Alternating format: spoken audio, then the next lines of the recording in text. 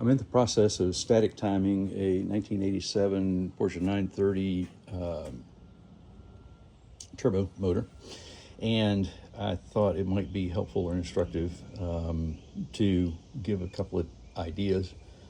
There are people who are a lot smarter than me that know how or when to do this differently, but this is my approach. And I did have to pull the intercooler out to get to the timing and distributor cap and all. But I'm looking at the rotor, and the rotor is aligned with the mark on the niche right there. There's a tiny mark on the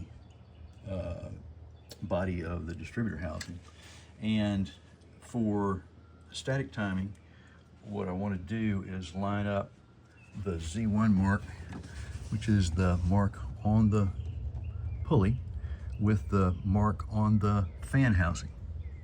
And what I need to do is I need to turn the crank, and really I do that with this shallow, I think it's a 27 millimeter nut, a shallow ratchet socket on here. I turn the fan, and it in turn turns the crank. So, but the challenge is that you have to know that number one is not only at top dead center, which it is showing here, but it is also time for number one to go to ignition and spark and combustion instead of number four, because they are out of phase with each other by looking at a chart of the sequence of the opening and closing of the valves and the function of each. The first curves here is cylinder number one, and if we have the degrees of rotation here,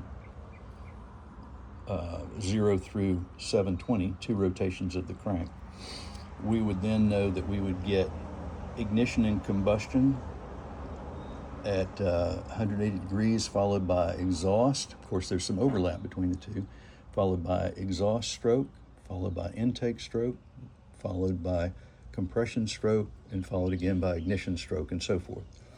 So the firing order is 1, 6, 2, 4, 3, 5. And what we're looking at is that number 4 is the exact opposite of, or inverse of, the number 1. In other words, it's going to fire its ignition. 1 is ignition at 0 degrees, and 4 is ignition at 360 degrees. So it is possible that you could be on the Z1 mark and actually be in the position that should be firing the number 1 cylinder, number 4 cylinder, if you haven't put your distributor in correctly. So I put the distributor back in, and I'm checking that. Well, it's difficult on these cars with the all the piping and such over on this side. And so what I'm going to do is I'm just going to check to make sure that if I am in fact on number 1, number 4 should be pretty easy. I should be able to be between the exhaust and the intake. And at that point, with the overlap, both of those valves should be slightly open. And so what I can do is pressure test number 4 with a little setup here. I've actually got 2 gauges on it. That just has to do with the plumbing. But supplied by compressed air, I can check to apply some air to the cylinder, and you see it drops back down to 0 immediately. And I can also listen. I can listen to the intake, and I can listen to the exhaust.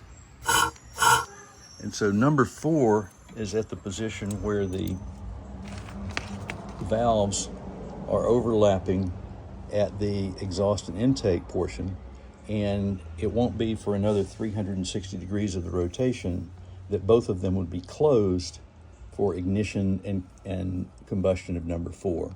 So I have a high level of confidence now that my number one is actually at top dead center where it needs to be in order to provide ignition to the number one spark plug. And what I'll be doing is I'll be lining up the leading edge of the rotor with the mark by adjusting the adjusting nut that my index finger is on here and rotating the body of the housing. Now, which way do you turn it for advance and retard? So if this is a little mock-up of the distributor, this is the rotor, and the rotor turns counterclockwise.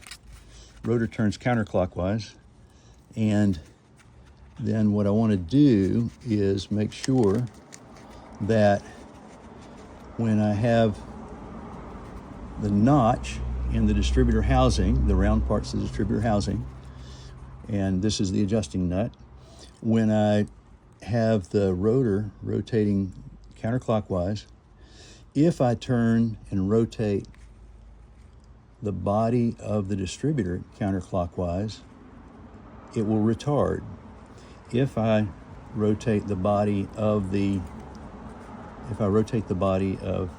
distributor clockwise, you'll see that a counter-rotating rotor would encounter the notch or the spark point earlier. So this way for later, which is retard, this way for advance. And then the rotor will continue its path around to fire the other cylinders in the order as described here. So we're 162, 435, and of course the numbering starts on the left-hand side, rear to forward, 1, 2, 3, and right-hand side, 4 through 6. I hope that is a little bit helpful and might make it a little easier. There's probably 100 different ways to do it. I tried it with using a wire down into the cylinder and watching to see when the wire backs out and backs up and so forth. But I know that 1 and 4 will be at top dead center when the Z1 mark is there. So it was just a matter of deciding 50-50, but a matter of figuring out which one would be the firing one and which one would be between intake and exhaust. Hope that's helpful.